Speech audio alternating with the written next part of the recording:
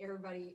So first, just a little background as far as why this looks the way it does. I defended my dissertation last Friday, and we forgot to hit record. So the archive wasn't available, and a couple folks wanted to see the presentation and see my dissertation. And so that's the presentation that we're giving today. By way of note, it was especially my grandmas who asked for this. So first, thank you to my grandmas for being so supportive and wanting this so that I could do this again. And second, with that in mind, I kind of geared this a little bit more, I geared it less researchy, still kind of encapsulating everything we talked about, but really kind of focusing more on the gist of the study. Keep in mind, in general, this was a broad overview of my dissertation. So my dissertation is this. I'm not going to, read the whole thing to you. It's going to be a pretty high level overview especially focused on the findings and recommendations. And so with that, I offer thanks to God for the people he's put in my life to support me, to kind of get through this process. And I'm excited to share with you my dissertation research that's not in my position description. And this was a discourse analysis study of school-based agricultural education teachers focused on one migratory context. And so this research largely focused on teacher migration, which was a way of reframing teacher mobility to think about career moves for teachers as a good thing. And so I'll offer a couple assumptions and why this study was a significant next step in looking at teacher mobility. And so first, a lot of the current work on teacher mobility doesn't really credit teachers with making tough decisions when they move between schools. It really doesn't even recognize that they're still teaching. It counts them in with the attrition or those folks who left teaching. And we see that in a lot of different measures. And so the long and short-term measures of teacher turnover focus on teacher turnover at the school level. We don't really have anything that thinks about how teachers move in a system. And so when we think about that system, we're thinking about a really big system. And so on the international level, we're thinking about how all these different things come together. For this study, we're focusing on teachers specifically within a migratory context in relation to the school system they work in, the Department of Ed that provides some context for the state, and then the grassroots organizations. So specifically for this site, the FFA alumni. And so I assumed that mobility is good for teachers, that there's something good for a teacher's career that comes out of this, that teachers operate within school systems, informing their school system and their school system informing them as they move forward in this process. And that the way teachers operate in their school system determines how they find support and challenge as they come into a new school. And so what I was really trying to do with my dissertation was to understand how teachers operate in their school system to find support and challenge and identify those supports and challenges as a way to retain teacher migrators. And so first, I looked at how migrators and community influencers position themselves or others within communities. And positioning is essential. We'll talk about positioning a little more in a minute. Positioning is essentially, where are you in the conversation? And so this was just, how do they see themselves here? Research questions 3 and 4 then tried to get more at the support and challenge piece. But before we could get to support and challenge, we needed to understand how positionalities kind of came up against each other. So how does where you are in the conversation affect where I am in the conversation? And how does my perception of you change your perception of yourself and your perception of me? It's kind of research question 3. And research question 4 focuses on how positions of support and challenge are influenced by how positions are taken up, rejected, and reified. Reified here is just to be made more solid, or to say, yes, this is actually the position that I'm occupying. And so the current research really focuses on teacher effects on student learning. And there are 4 propositions for those teacher effects on student learning. Namely, that effects vary according to the match of the teacher to each student, that effects are a function of skill and effort, and that school environment shapes student and teacher effort. And so there's a lot of the mobility research that aligns with these propositions of the ways teachers affect student learning. There's not as much research to think about how effective schools align the efforts of teachers and students to advance learning. And so that's where this study comes in. The paper goes through the ways that social psychology can be used, and ideas in social psychology can be used to think about where are we in these systems and what systems exist socially. So essentially, how has teaching been socialized? How have we kind of come up with the idea of what school and what teaching are? That leads us to this idea specifically of socialization. And so how do we come and go from situations? And those kind of help us view schools, view systems, and view this migratory context.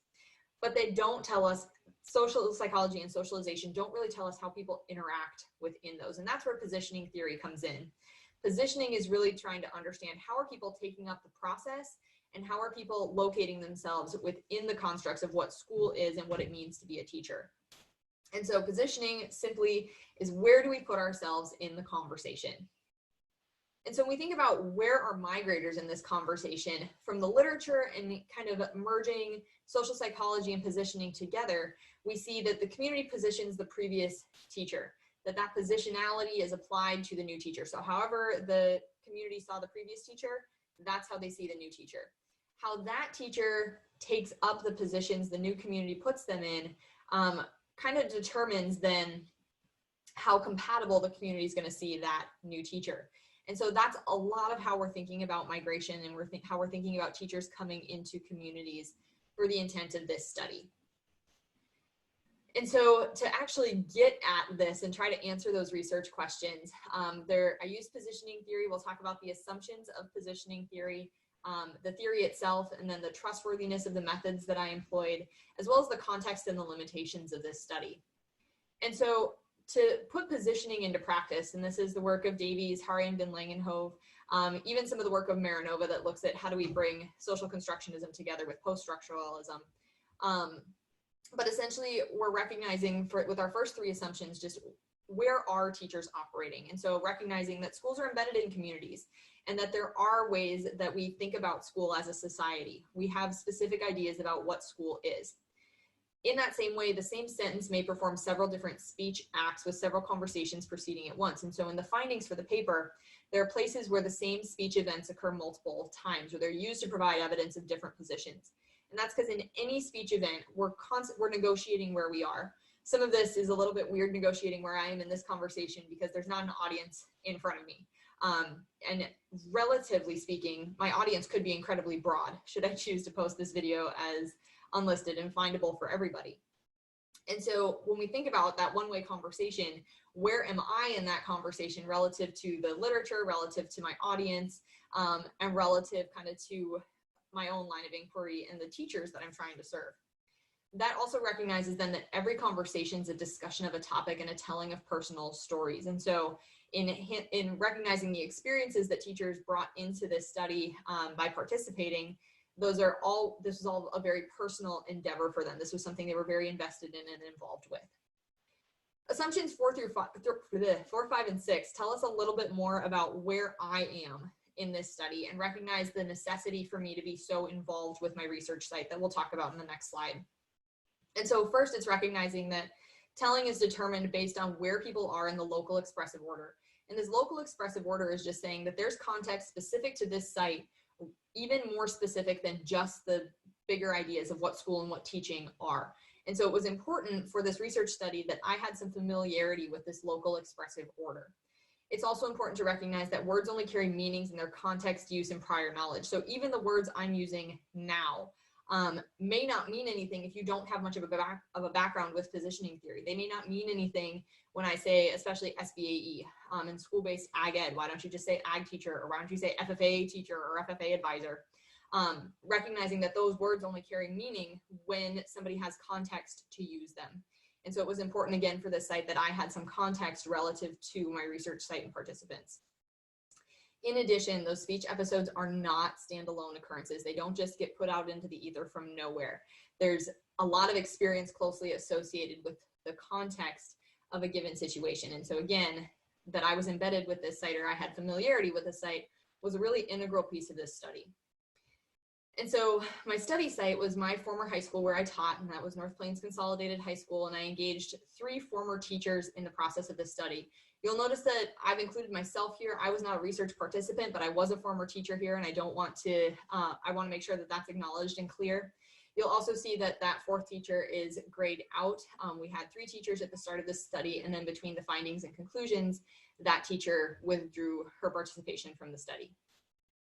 We also engaged community influencers, and community influencers for this study are people who are really closely involved with the success of the ag teacher in their day-to-day work. And so that was an administrator, that was 2 co-teachers, the alumni and the alumni president for the specific community context, and then the state director for agricultural education provided some context that's woven throughout the study, both to kind of support what's in the literature and to support these teachers' experience in terms of what he saw for the broader context in this state.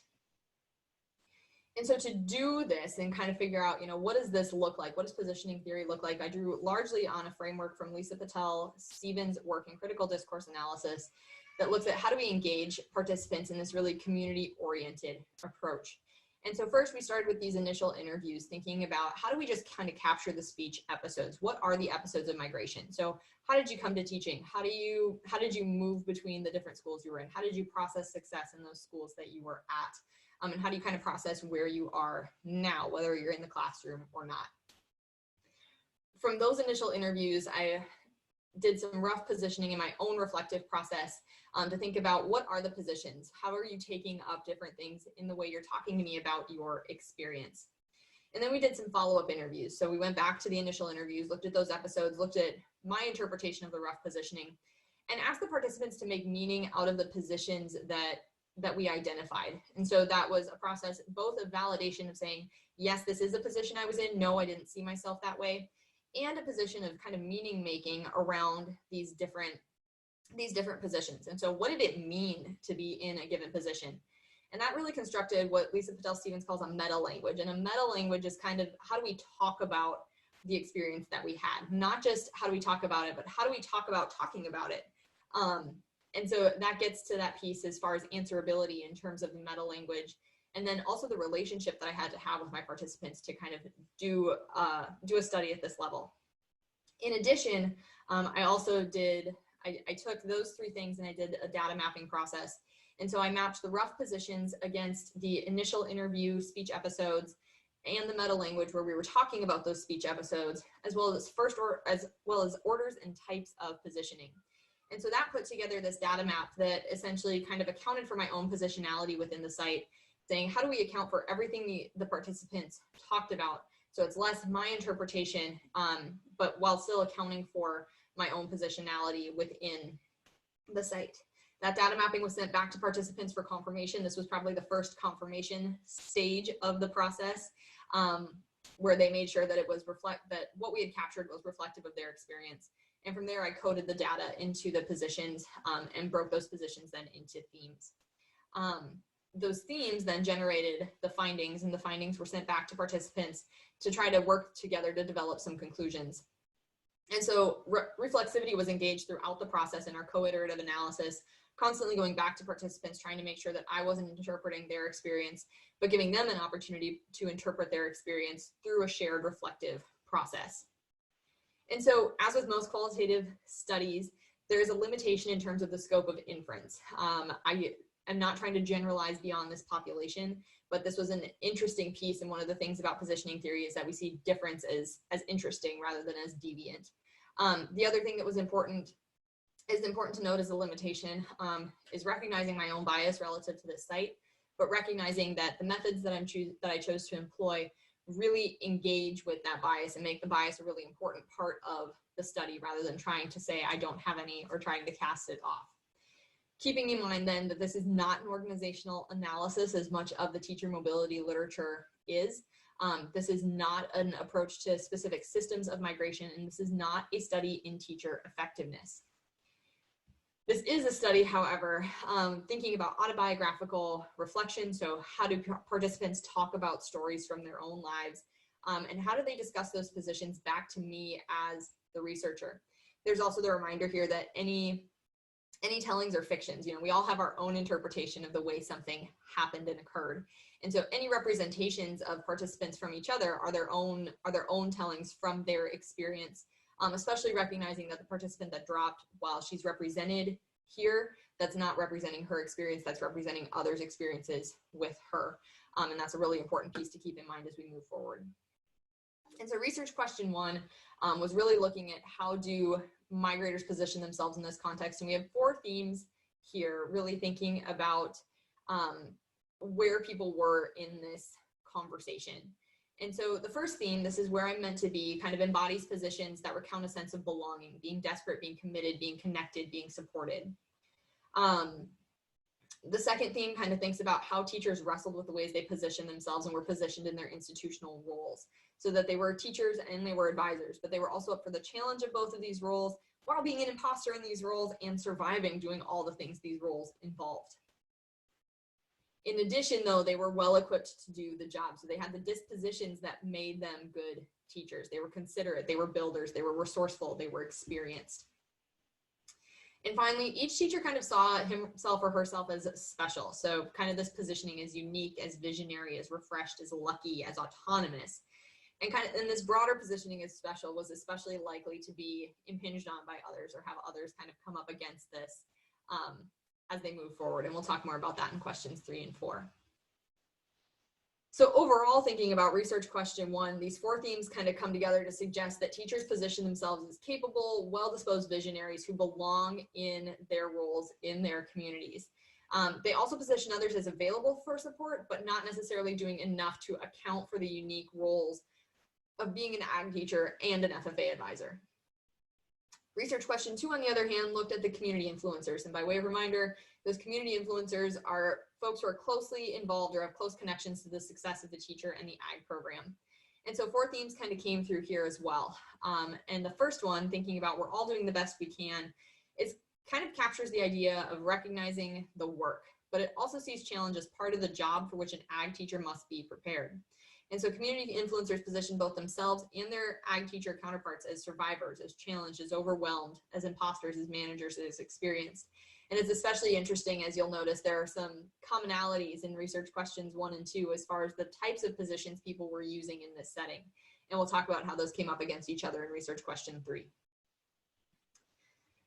For the second theme for research question 2 kind of focuses on the idea of influencers being able to provide some really substantial support if support is received appropriately from the ag teacher.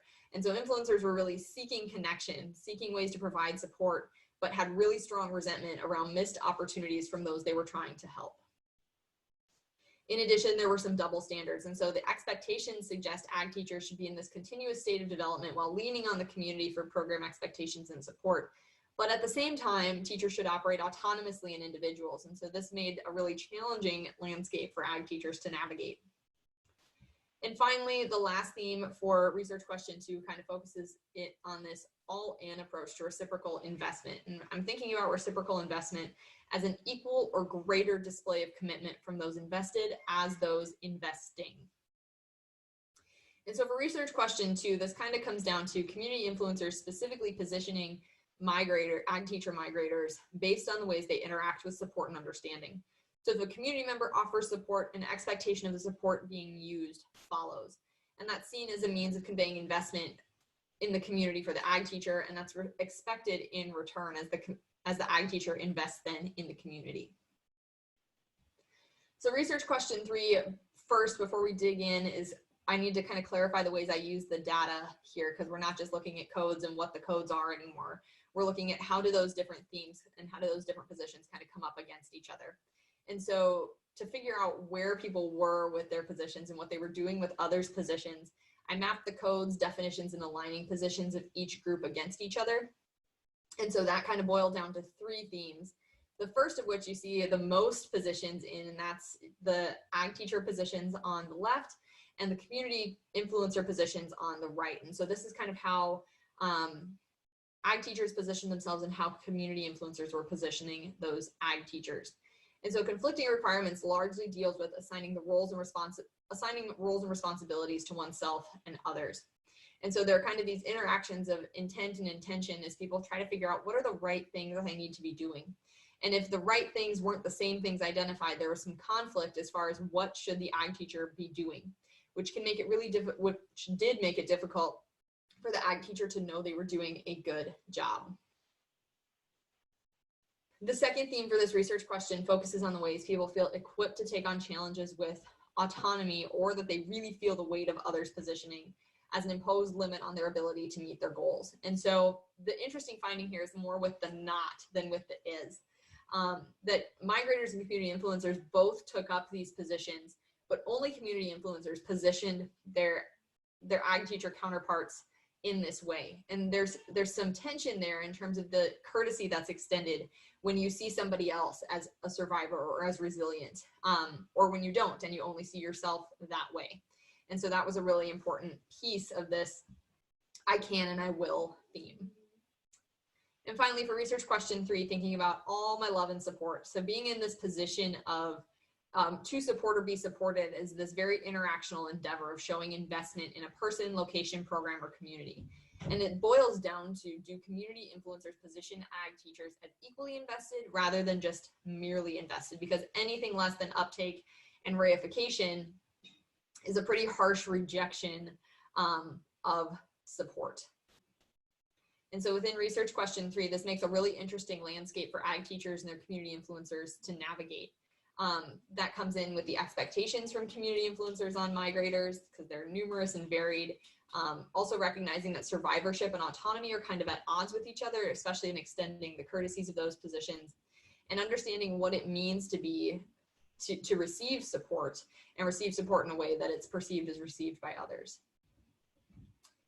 So the last research question really deals with, how do we get to support and challenge, and what do those constructs really look like? And so it really specifically and closely examines the last theme of our previous research question. And so it's looking at the impacts of perceived support as a means to understand what teachers seek in the migratory constructs they engage. And this was particularly something that I was interested in looking at, because support is where I feel like community influencers have the greatest opportunity to influence how ag teacher migrators come into individual programs. And so when we think about being supported or supportive, these are really explicitly reciprocal positions. You can't be supported without having a supportive other. You can't be supportive without there being a supported other. And so when we think about kind of what that looks like, ag teachers certainly articulated ways they were supported, but community influencers articulated so many more ways that they could be supportive. And this tied into challenge, because challenge is this really nuanced position of desire. Some challenge is really desirable and it's helpful and it fosters continued change and growth, really pushing an individual forward. Other challenge is kind of rejected as an affront to autonomy or other attempts at desired positionality. And so when we see how support is actually taken up, support can also be kind of flipped into challenge depending on how it's perceived and how it comes off. And so for research question 4, as much as migrators were looking for support in their communities, their community influencers were looking to provide that support. And so challenge and support collectively were less about the ability or even the will to do the job, but rather an interaction deposing a desired position. And so what do we do with all this? Why are all these positions so important? And how do we move this forward to think about what are the implications for us as those who may be supporting agriculture teachers, or those of us who are in positions of influence within our communities? What recommendations can we provide for the stakeholders involved? And then how do we wrap this study up? What's this end game here? And so in terms of our implications, there are some ideas in terms of expectations, power, and imposter survivorship that we need to dig into. And understanding survival and power help us understand how we engage discourses to clarify expectations, recognizing that there's solidarity in survival. And acknowledging that survival on both sides is a really important piece of being able to start the expectations conversation on the right foot. Same thing with the power conversation, identifying who those gatekeepers are.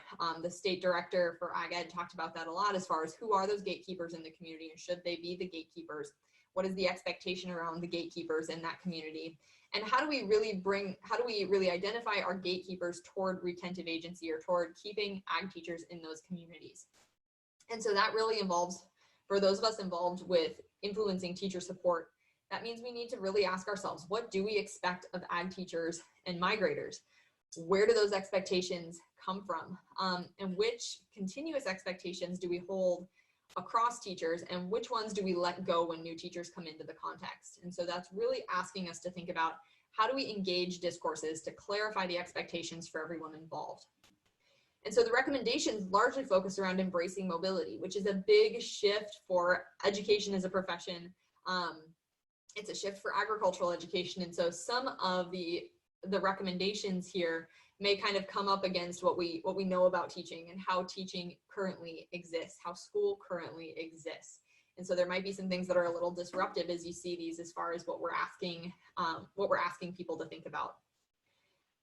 So for teachers first, when we think about embracing mobility, we really need to think about the job search in terms of having a job versus having an ideal job, and what's the conversation there. Asking teachers to really think about what is their desire for a job and really being clear with themselves about that desire. In addition, managing that workload. So being clear about that desire is also going to help manage the workload as we understand expectations and we engage influencers, which is in turn going to help with our own responsible autonomy as ag teachers. So being able to delegate, setting boundaries, knowing the audience of your community and what's expected are all things that are going to help make the workload more manageable. In addition, in that day-to-day work, really thinking about that professional courtesy and what replaceability means. And essentially, would everything still run without you? Asking yourself on a daily basis, what expectations am I leaving for the next person? Could somebody step in and do this job? So thinking really about what expectations are you establishing in the way you carry out your day-to-day work. And finally, thinking about community embeddedness, asking yourself, do you want to be more than an employee of the school district? How feasible is that embeddedness? What is expected with that embeddedness, or what does the community expect in terms of that embeddedness? What does where you live say about where you're expected to be? And what's reasonable? What are you willing to do? So in addition, we also have some recommendations for administrators. Administrators were positioned as having pretty substantial influence on school culture, and as somebody who could really facilitate a lot of teacher connectedness. And so when we think about that onboarding and hiring process that administrators engage in, having interview materials that clarify the expectations, continuing with mentoring teams that are already in place and continuing those connection points, evaluating those obvious connections, especially for administrators who have been in their districts with any longevity. Often those connections can, one, become so obvious we forget to point them out to somebody else, or become so obvious they become complacent. And so really taking the time to evaluate what are those obvious connections that I'm making, one, so I can communicate them, and two, so I can evaluate them and maybe flip the order there. Also thinking about just the room preparation, and in the onboarding process, what does the room the teacher comes into say about what's expected of them, and say about kind of how the community values agricultural education specifically. This is especially important when we think about our CTE areas where we have shops and kitchens and equipment to manage. What does that equipment look like? What do those supplies look like to do that job? And so really thinking about whose job is it to prepare the room, and is that room really ready for a new teacher to come in? Also thinking about clarity in the ideal, both in terms of recognizing the ideal, but also in thinking about what's feasible and what's realistic, and having that conversation with the ag teacher and the community influencers to think about what's really supposed to be happening in the ag program. And as always, continuing those connections. Teachers asked for that again and again and appreciated that from their administrators. The other recommendation for administrators is thinking about how we resource time. Again and again, teachers asked for more time. Our teachers weren't generally asking for more money, but they needed time to use the money that they had or to secure additional money. And so coordinated planning time, team teaching, team planning, or blocking, ways that accommodate the difference in the schedule that especially CTE area teachers are asked to uphold. Co-teachers might be banging their heads on their desks saying, what more do you expect of me? I'm as drowning, I'm surviving it just as much as this ag teacher is. But co-teachers, I think, kind of underestimated their force for grounding for their ag teacher counterparts. Ag teachers talked about their community influence, their co-teachers, as having community insight. So especially teachers with longevity in a community are able to kind of direct to those gatekeepers and help the teacher orient themselves in that community. They provide that continued mentorship, and teachers said, please continue providing this mentorship. Teachers talked about getting so much more from that mentoring relationship than mentors talked about providing. So know that if you are a mentor teacher, you do have value and your teachers do value you. Also, something as simple as saying what you see. From my own experience in this site, knowing that the Spanish teacher would walk by my door and say, hey, get out of here, it's getting late. And recognizing recognizing those things when you see them, to help that teacher self-regulate and help that teacher understand what are the expectations, what should I be doing relative to the workday. For alumni, and the alumni implications are also really important for ag teachers. So come back with me, ag teachers. As we're thinking about the alumni, something that we really need to keep in mind is that this is very, very personal. A successful ag program validates agricultural legacy in a community. And so when we think about alumni, first recognizing on both sides that it's personal. Both are seeking connection beyond tasks. So beyond writing a check, beyond providing human support, or beyond providing those people resources for programs. And so continuing those state initiatives that build alumni leaders is really, really essential. Also thinking about how alumni are resourcing. Alumni mentioned so many more ways they could support an ag teacher, and almost wondering why their support wasn't being better capitalized on. And some of the discrepancy in positions is recognizing that ag teachers have a pretty high decision load. And so it can be really hard to say, hey, yeah, I want you to do that. And so when you come with a resource, having things ready packaged to say, this is how I plan to implement, this is who else is on the team, we're ready to go. So really all it is a yes or a no, not a weighing commitment of resources. Also thinking about how do we extend the importance of ag beyond the functions of the program, recognizing ag programs and agriculture is deeply embedded in community legacy. How do we extend the importance of ag to science, to English, to languages, to all the other areas of a school that also rely on agriculture, and also can pretty easily bring agriculture in? How do we continue those personal connections beyond the functions of the ag program? And finally, thinking about expectations. This past summer, our department went through the process of writing a department manifesto, which goes beyond constitution and bylaws to say, what's our purpose? So that we can really align our activities with our purpose, and continue to develop in a way that everybody understands where we're headed and why these actions are the next necessary steps. For state staff, there are kind of two implications here that really deal with the broader discourses and kind of the context that teachers operate in.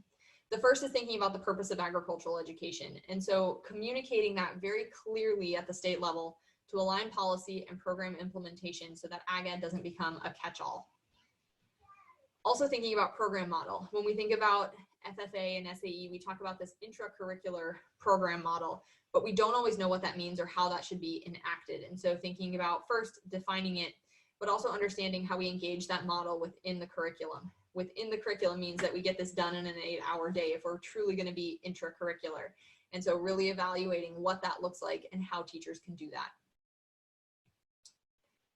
For teacher preparation, we recognize that most of the teachers in this study were early career teachers. And so there's an important mitigating factor in teacher preparation that we didn't dig into in this study.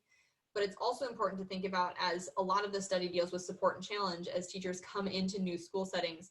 There are a lot of implications for teacher prep as we think about what do new teachers need to be ready for when we talk about engaging in their communities so that they can find support and they can find their desired challenge. And so first we think about engaging human resources. And so engaging a culture of questions and making questioning okay.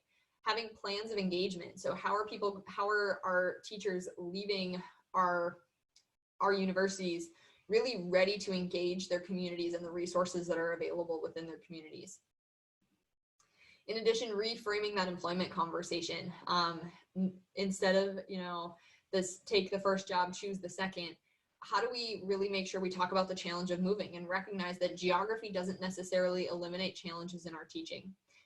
Really engaging and instilling that reflective self-assessment within our process within teacher preparation helps set teachers up to have these conversations and evaluate their career over the course of a career and keeps them teaching, which is a really essential piece of what we're trying to do.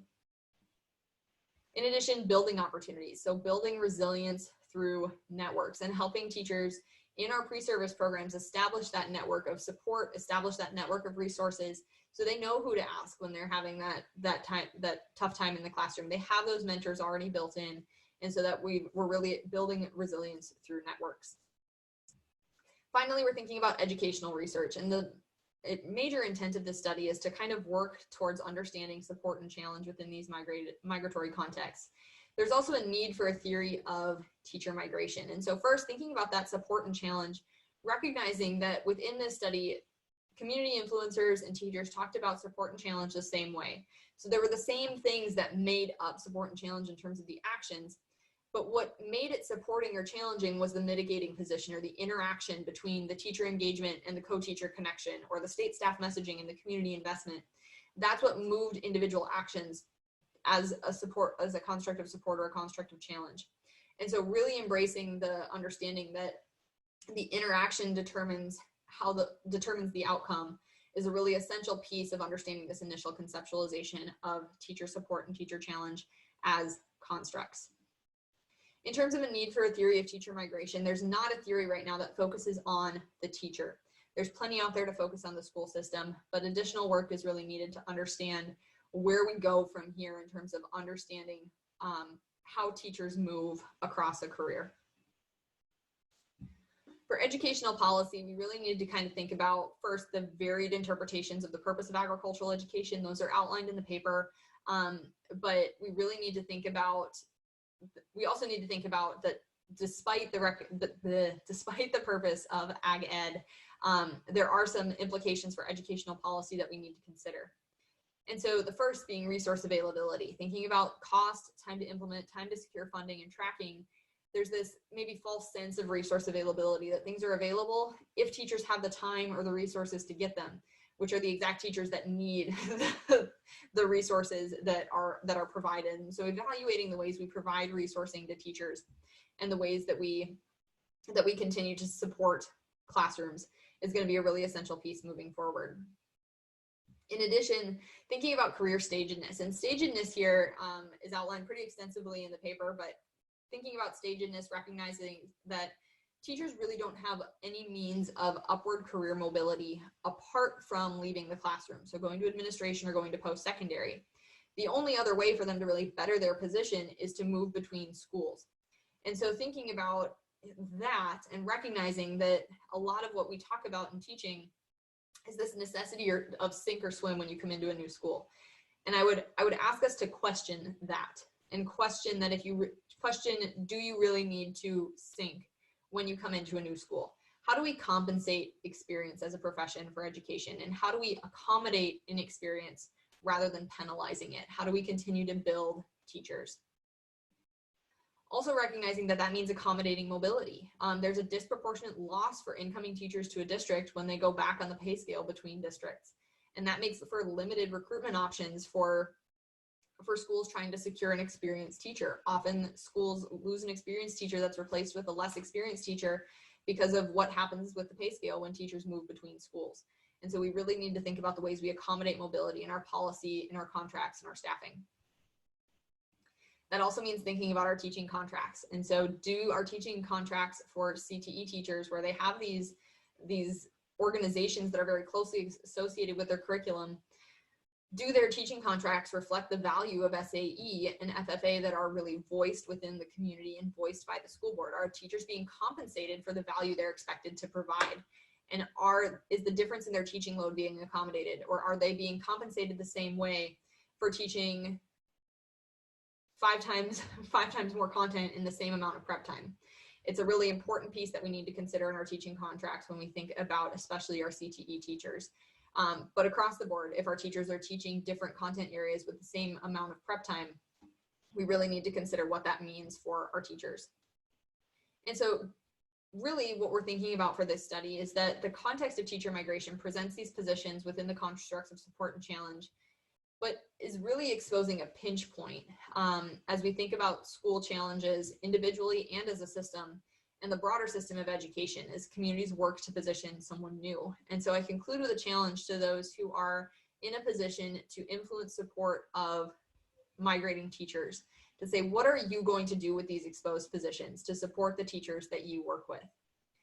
And with that, I thank you so much for watching. Again, thank you to my grandmas for asking for this.